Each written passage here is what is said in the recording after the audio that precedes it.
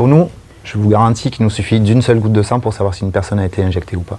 Même sans la goutte de sang, on peut avoir une idée assez précise, puisqu'on a trouvé dans ces flacons, via le CNRS, qui nous a un peu épaulé, on a trouvé ni plus ni moins que des micropuces qui sont communicantes.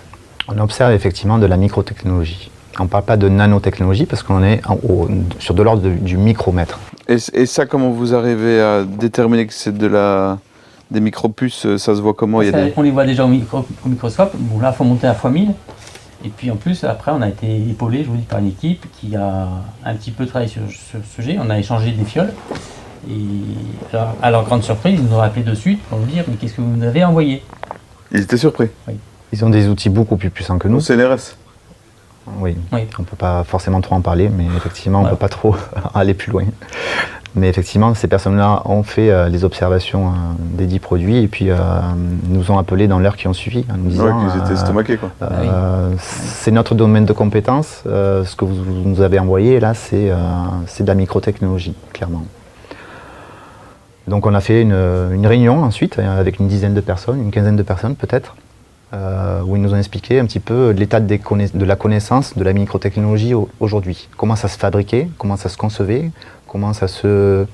Qu'est-ce qu'on pouvait en attendre, qu'est-ce qu'on pouvait en attendre, comment ça fonctionnait aussi. Et aujourd'hui, donc effectivement, c'est utilisé beaucoup dans le milieu industriel, hein, mais officiellement, ça ne peut pas être utilisé dans le milieu médical, parce qu'il s'agit d'un dispositif médical implantable. Donc, en toute logique, une puce ne peut pas être implantée dans un corps humain si on n'a pas un accord explicite de la personne. D'accord ? Non, c'est contraire au code de à la Nuremberg. convention d'Oviedo, au code de Nuremberg, etc. Mais nous, on suspecte qu'il y a eu un premier déploiement, en tout cas, de certains éléments de l'ordre de la microtechnologie. Donc, ce qui voudrait quand même dire qu'il y a une organisation en amont très bien faite et avec un minimum de personnes au courant. Bien évidemment. C'est clair, c'est clair.